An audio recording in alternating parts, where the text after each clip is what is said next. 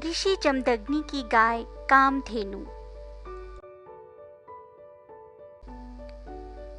एक पौराणिक कथा के अनुसार समुद्र मंथन के समय देवता और दैत्यों को समुद्र से अनेक वस्तुएं प्राप्त हुई, जैसे मूल्यवान रत्न, अप्सराएं, शंख, पवित्र वृक्ष, चंद्रमा, अमृत, कुछ अन्य देवी देवता और हलाहल नामक अत्यंत घातक विष। इसी दौरान कामधेनु गाय की उत्पत्ति भी हुई थी। कामधेनु के पास दैवीय शक्तियां थीं, जिनके द्वारा वो अपने भक्तों की मनोकामनाएं पूरी करती थी। कामधेनु गाय जिनके पास रहती थी, उनके पास सुख समृद्धि की कमी कभी नहीं होती थी। इसके दर्शन मात्र से ही मनुष्य की सारी समस्याएं दूर हो जाती थी। भगवान परशुराम के पिता ऋषि जमदग्नि को देवराज इंद्र ने कामधेनु गाय भेंट स्वरूप दी थी। इसके फलस्वरूप उनके आश्रम में कभी किसी को भूखा नहीं सोना पड़ा।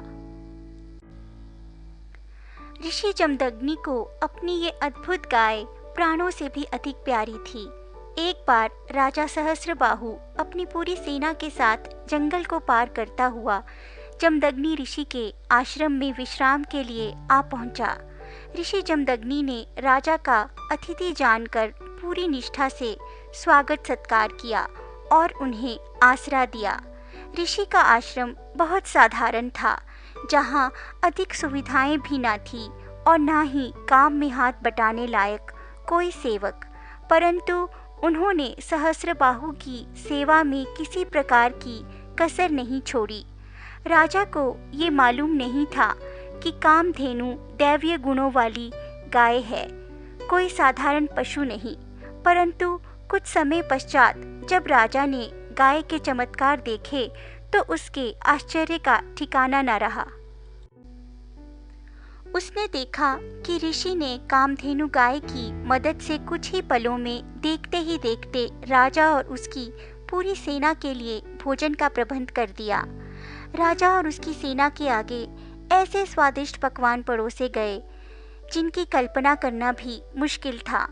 कामधेनु के ऐसे विलक्षण गुणों को देखकर सहस्रबाहु को ऋषि जमदग्नि के आगे अपना राजसी सुख कम लगने लगा। अब उसके मन में ऋषि जमदग्नि के प्रति ईर्ष्या उत्पन्न होने लगी और मन ही मन उसने गाय को ले जाने का संकल्प कर लिया। उसने पहले जाकर ऋषि जमदग्नि से कामधेनु की मांग की, किंतु ऋषि जमदग्नि बोले, हे राजन, मेरी ये गाय इस आश्रम में भरण पोषण का एकमात्र साधन है, मैं इसे आपको नहीं सौंप सकता। इस पर राजा ने क्रोधवश ऋषि जमदग्नि के आश्रम को उजाड़ दिया, लेकिन जैसे ही वह कामधेनु को ले जाने लगा, कामधेनु उसके हाथों से निकलकर स्वर्ग लौट गई। राजा के हाथ कुछ न लगा तो वह भी अपने महल को लौट गया। कुछ समय के पश्चात ऋषि जमदग्नि के पुत्र भगवान परशुराम आश्रम लौटे और अपने माता पिता के अपमान और आश्रम को तहस नहस देखकर आवेश में आ गए। क्रोधित परशुराम अपने अस्त्र परशु को साथ लेकर सहस्रबाहु के नगर पहुंचे, जहां उनके बीच भीषण युद्ध हुआ। भगवान परशुराम ने दुष्ट सहस्रबाहु की हजारों भुजाएं और धड़ अपने परशु से काटकर उसका वध कर दिया। इसके बाद परशुराम अपने पिता के पास वापस आश्रम पहुंचे तो पिता ने उन्हें आदेश दिया कि इसका प्रायश्चित करने के लिए उन्हें तीर्थ यात्रा पर जाना होगा, तभी जीव हत्या का पाप मिट सकेगा।